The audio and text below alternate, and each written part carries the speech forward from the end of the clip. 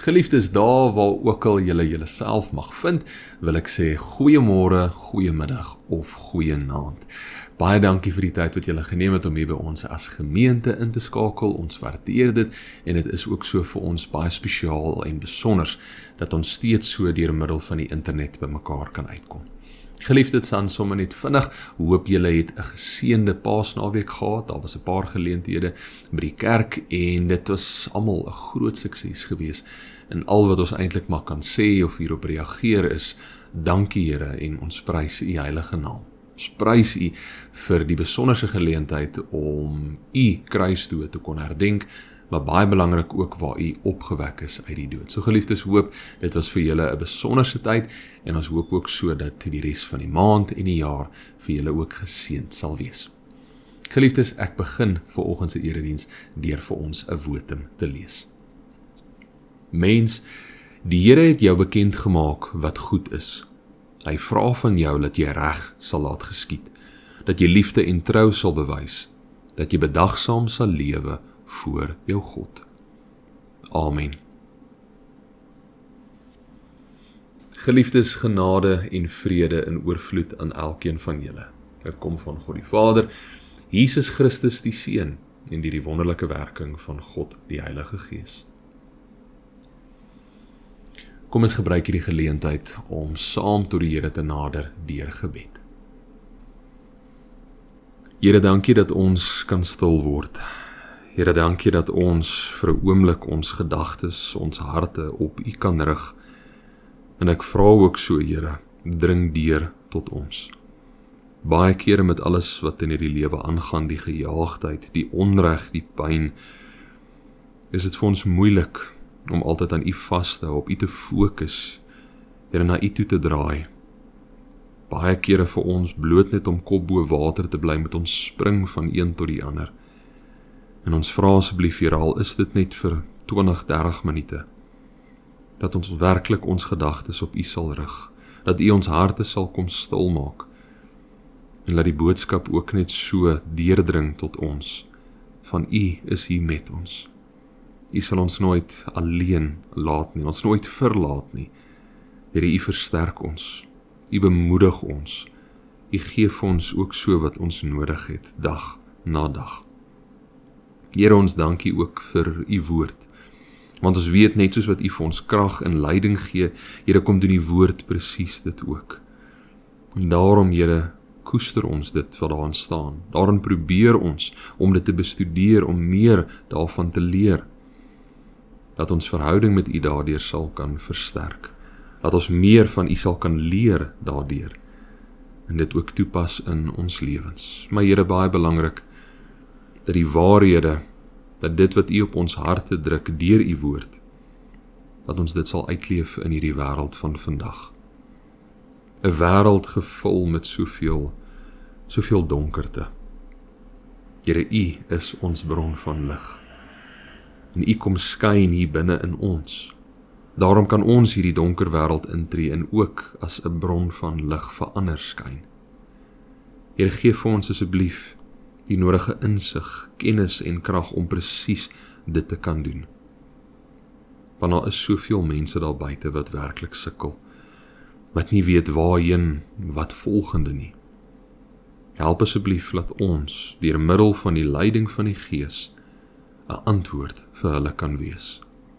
En laat U naam daardeur verheerlik sal kan word.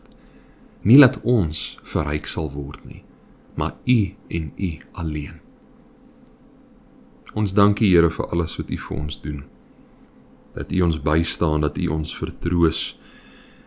En met die naweek wat verby is, Here, dat die boodskap weer opnuut in ons harte insink, dat U het vir ons die finale prys betaal.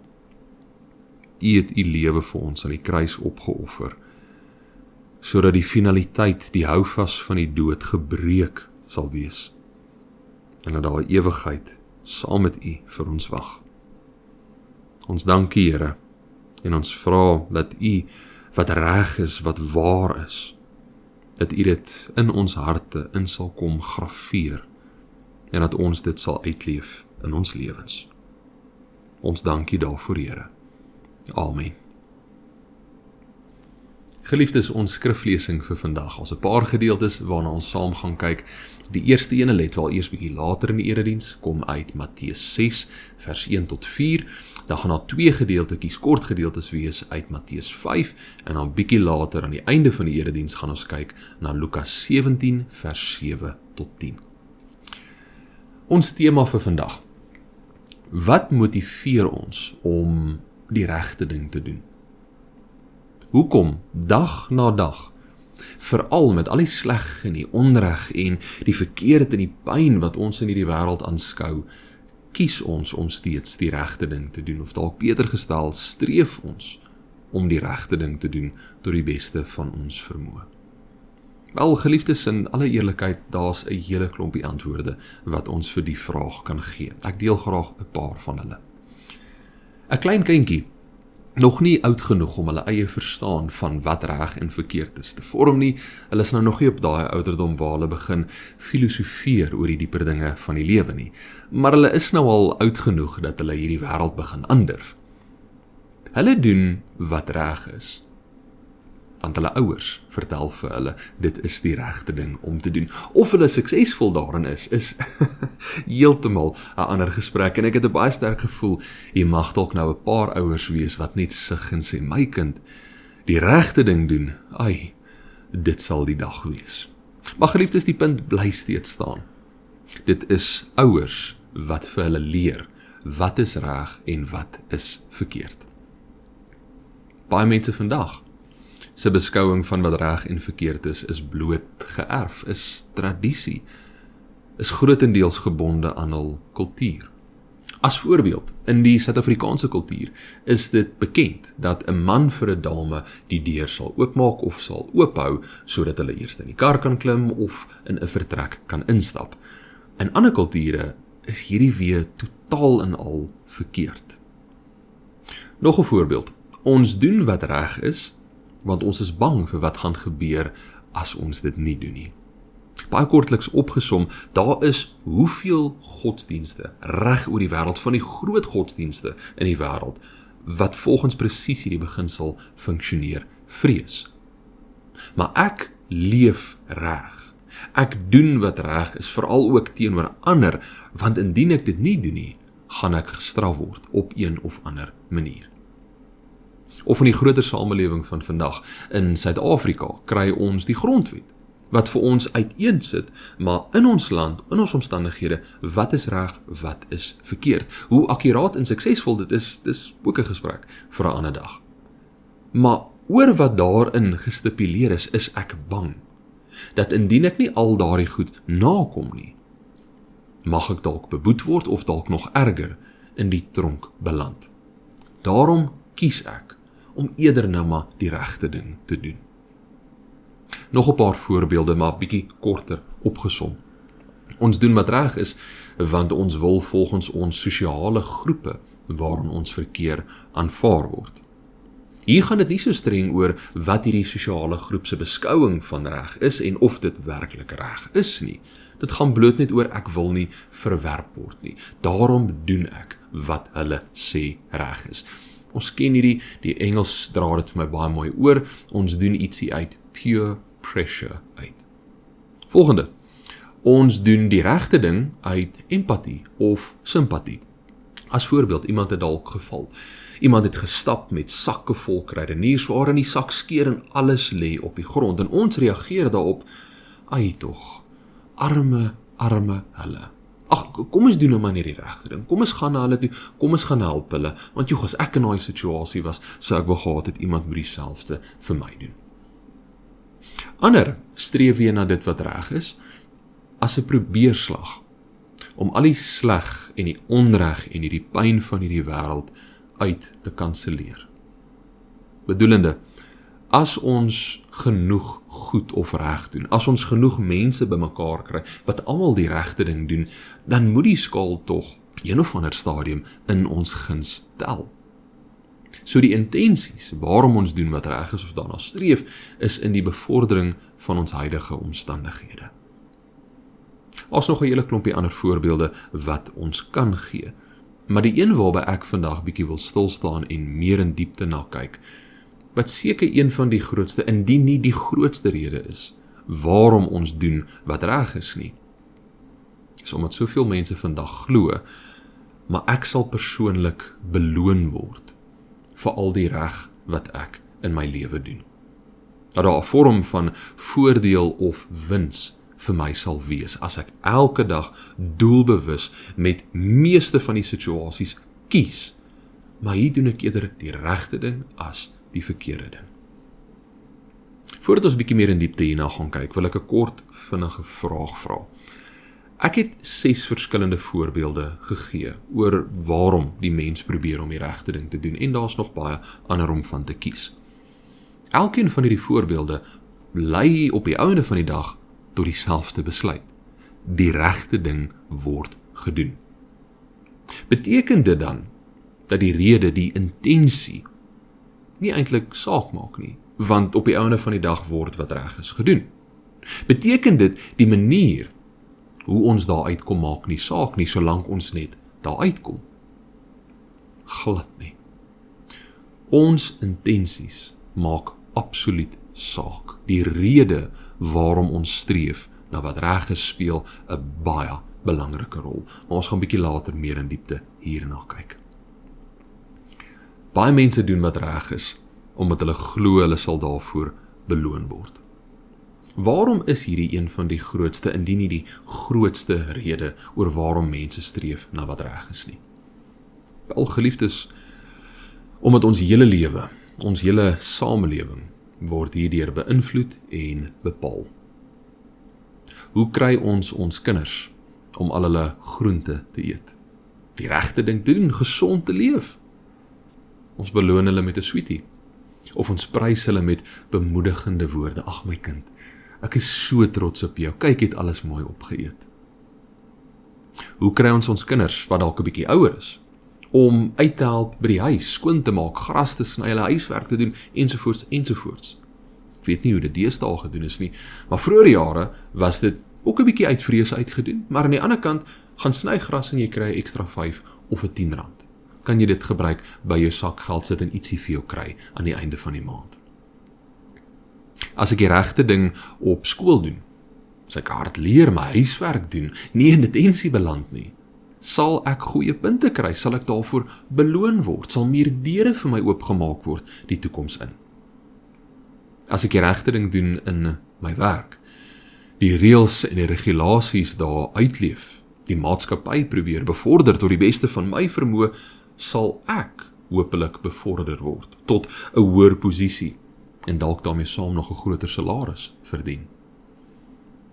As ek die regte ding doen in my verskillende verhoudings met mense, my man, my vrou, kinders, ma, pa, die lys gaan aan, sal hulle hopelik raak sien wat ek doen en my beloon deur dieselfde hoeveelheid moeite vir my terug te gee. Dit is amper asof daar 'n denkbeeldige antieke weegskaal is, waar die een item teenoor die ander ene opgeweeg word. En vir elke regte ding wat ons doen, word daar 'n muntstuk aan die een kant opgesit. En dan moet ons mos nou daarvoor vergoed word. So dan word daar 'n muntstuk aan die ander kant van hierdie weegskaal gesit, wat ons wins en ons voordeel verteenwoordig. Want wat belangrik is op die einde van die dag, is hierdie skaal moet uitbalanseer. Dis wat noodsaaklik is. Geliefdes, wat sê die Bybel rakende hierdie spesifieke beeld, hierdie mentaliteit?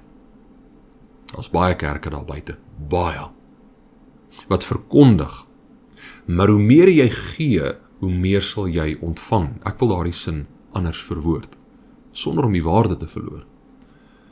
Hoe meer reg jy doen, volgens die kerk, hoe meer reg sal daar aan jou gedoen word. Is dit wat die Bybel ondersteun? As 2 gedeeltes waarna ons gaan kyk wat bietjie meer lig hierop skyn. Die eerste ene, Matteus 6 vers 1 tot 4. Ek lees dit vir ons. Moenie julle godsdienstige pligte in die openbaar nakom om deur mense gesien te word nie, want dan kry julle geen beloning van julle Vader wat in die hemel is nie. As jy jou byvoorbeeld armes help, moet dit nie uitpasy nie. Dit doen die skynheiliges in die sinagoges en op straat, sodat mense met lof van hulle kan praat. Dit verseker ek julle. Hulle het hulle beloning klaar weg. Nee, as jy iets vir die armes gee, moet jou linkerhand nie weet wat jou regterhand doen nie, sodat jou goeie daad verborge kan bly.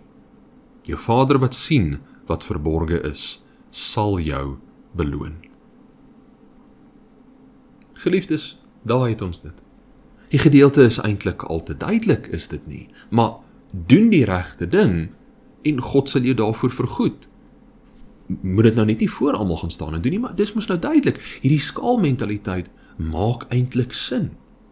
Maar hoe meer ons dan vir God doen, hoe meer sal hy vir ons terugdoen. Hoe meer reg wat ons doen, hoe meer reg sal hy aan ons doen.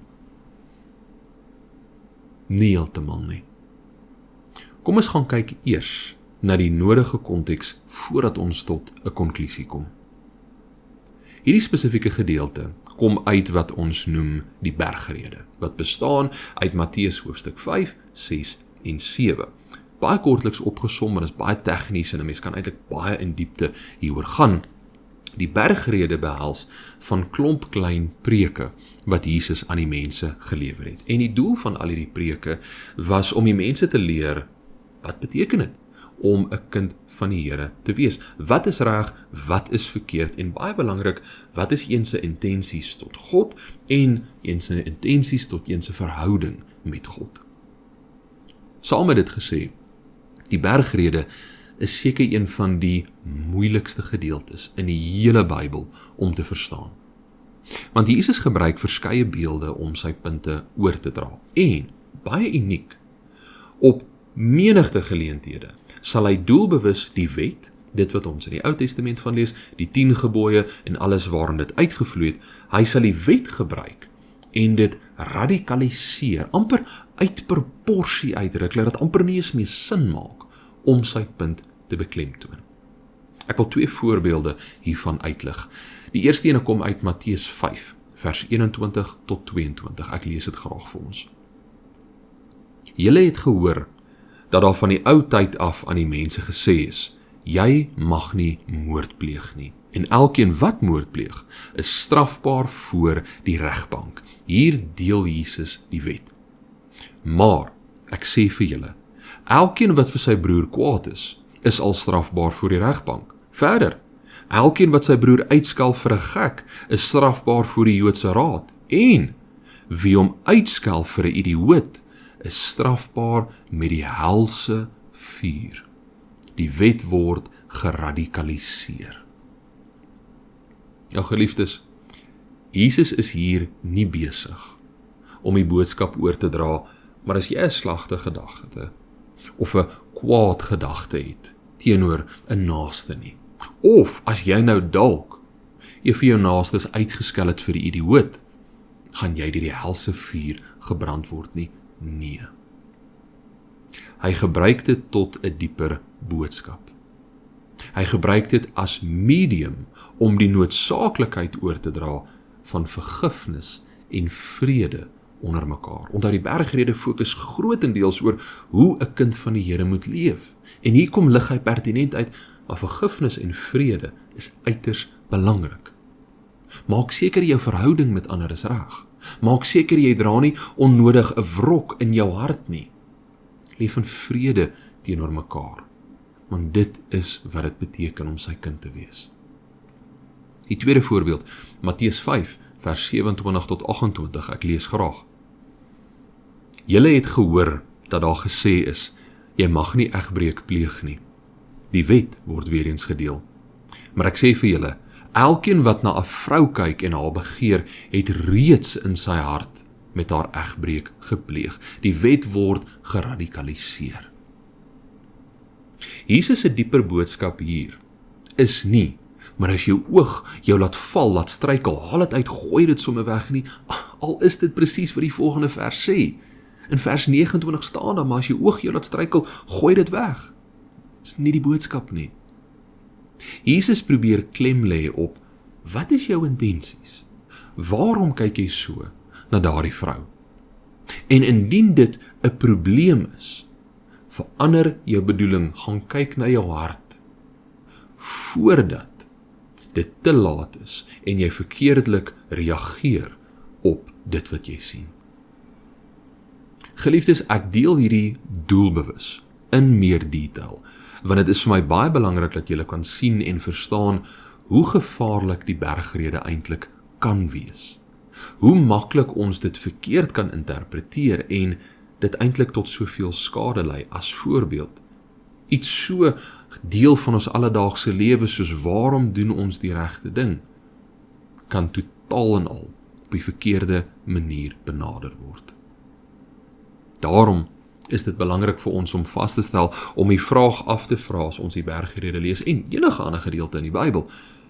Wat is die boodskap wat eintlik hierdeur oorgedra word? Wat het die oorspronklike skrywer hiermee bedoel? Kom ons vra presies hierdie vraag op die eerste skriflesing wat ek gelees het. Wat is die dieper boodskap van Matteus 6 vers 1 tot 4? Baie kortliks opgesom. Moenie uit die verkeerde intensies die regte ding doen nie. Ek wil dit herhaal, want dit is my baie belangrik. Moenie uit die verkeerde intensies die regte ding doen nie. Baie godsdienstige leiers en gelowiges destyds het op die straathoeke en in die strate het hulle die regte ding gedoen voor die oë van ander, sodat hulle geprys sal word, sodat hulle bedank sal word, sodat hulle verheerlik en verafgod sal word. Hulle het gedoen wat reg is om 'n beloning te kry. Jesus kom sê vir hulle, dis nie waarom ons doen wat reg is nie. Kyk na jouself, ondersoek jou hart. Jesus probeer nie hierdeur sê, maar vir elke regte ding wat julle doen, die Vader sal julle kom bedank, hy sal julle kom beloon. Doen dit net agter geslote mure daarom, maar vir elke goeie ding wat julle doen, die Here sal julle kom beloon. Nee. Die meer korrekte beskouing hiervan sal wees iets in die lyn van, die Vader sien wat julle doen. Die Vader sien wat verborge is, en hy skenk aan julle sy genade. Maar die hoogtepunt van hierdie kort preek, dit wat moet deurdring tot ons harte, is nie die beginsel van 'n beloning nie, maar eerder die intensies waarom ons die regte ding doen en hoe ons dit doen. Die tweede gedeelte wat ek vanoggend al, die tweede belangrike skriflesing wat ek vandag wil lees, kom uit Lukas 17 vers 7 tot 10. Sê nou een van julle het 'n slaaf wat ploeg of vee oppas. Sal hy vir die slaaf sê, as hy van die veld af inkom, kom eet eers gou? Natuurlik nie. Maar hy sal vir hom sê, maak vir my iets klaar vir aandete. Sit dan jou voorskoot aan en kom bedien my terwyl ek eet en drink. Daarna kan jy self eet en drink. 'n Slaaf wat sy opdrag uitgevoer het, word mos nie bedank nie, of hoe? So is dit ook met julle. As julle alles gedoen het wat aan julle opgedra is, sê dan, ons is slawe wat niks verdien nie. Ons het gedoen wat ons verplig was om te doen. Hierdie gedeelte kan baie maklik as bietjie hard, as bietjie ekstreem gesien en interpreteer word. Maar joh, hierdie arme ou slaaf, daar word nie eens vir hierdie persoon dankie of asseblief gesê nie. Wat 'n nare eienaar is dit nou nie. Dankie tog, ek het nou nie so baas vandag nie. En aan die ander kant van die minste, ek dink ek jy mag dalk 'n hele klompie van julle wees wat reageer en sê, sy, hier's my baas. Nou weet ek, die Bybel praat hier direk met my. Ek kan nie meer so aangaan nie.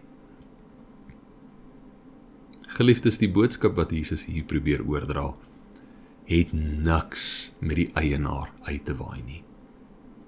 Hy is besig om die intensies, die mentaliteit van die slawe aan te spreek. Weereens, Jesus gebruik 'n beeld wat hier spesifiek bekend was aan die mense se omstandighede, die van 'n eienaar en hul slawe om 'n dieper boodskap oor te dra. En ek weet, ons vandag verstaan nie ten volle die gebruike van destyds, veral rakende die slawegebruik ensovoorts nie. Maar moenie daarin vasklou nie, want dit is bloot 'n medium wat Jesus gebruik tot 'n dieper boodskap. En daardie boodskap is, slawe, waarom doen julle wat julle doen? Waarom doen julle wat reg is? Want dit is die regte ding om te doen. Hulle doen wat reg is, want dit is die regte ding om te doen. En dit is waartoe hulle geroep is. 'n Slaaf vind sy lewensdoel daarin laat sy eienaar se wense uitgevoer word. Ek wil dit weer herhaal.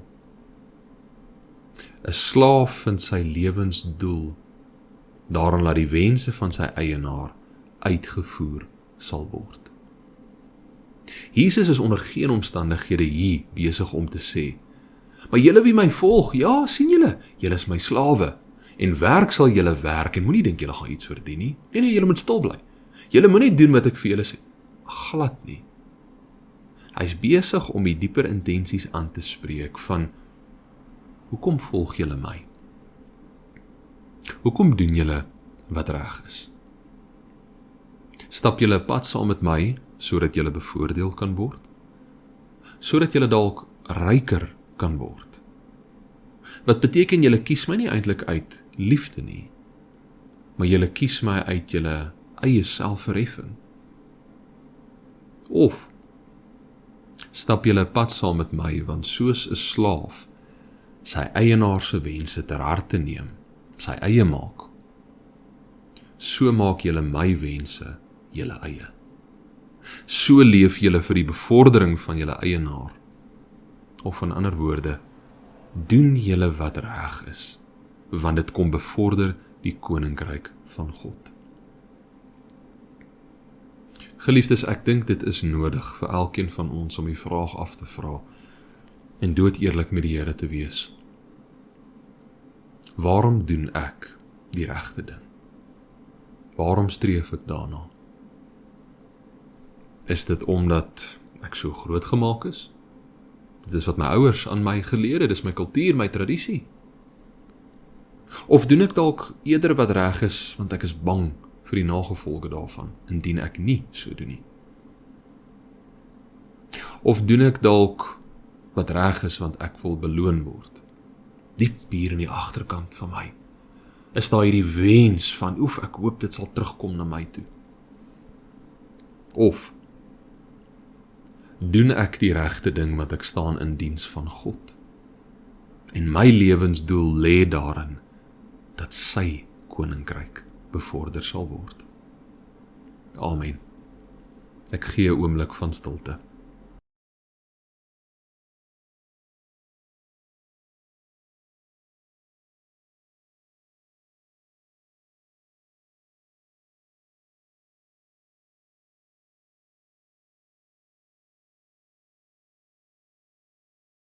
Here, baie dankie dat deur ons verhouding met U, deur die waarheid wat U vir ons kom leer, kan ons eerstens sien, maar wat is reg? U Gees kom bly ons ook daarin. En Here, dankie dat ons vandag net weer kon sien, waarom doen ons dit wat reg is? Nie om verheerlik te word nie, nie om bedank te word nie. Hoeveel kere in die lewe van vandag help ons ander, tree ons na ander toe. En daar's nie 'n druppel van dankbaarheid of beloning of enige iets nie. En dan voel ons in die gesig gevat. Help asseblief dat ons verby dit sal kyk. Dat ons altyd sal weet, my Here, ons doen wat reg is. Want dit is wat U van ons verwag. Want dit is U wil, U waarheid en U woord. En dit is om U koninkryk te bevorder. Dankie, Here, dat U woord ons so kom wys op wat noodsaaklik is in die lewe. En ek vra asseblief dat U ons sal versterk, dat U vir ons die insig sal gee om 'n moeilike kopskuif te kan maak. Om aan te hou doen wat reg is, te beklei daarvoor, omdat U dit van ons verwag en ons in U diens gestel is. Ons dankie en ons prys U heilige naam. Amen. Geliefdes, ontvang die seën van die Here. Die genade van ons Here Jesus Christus en die liefde van God ons Vader en die teenwoordigheid van die Heilige Gees sal met elkeen van julle wees tot in lengte van dae. Amen.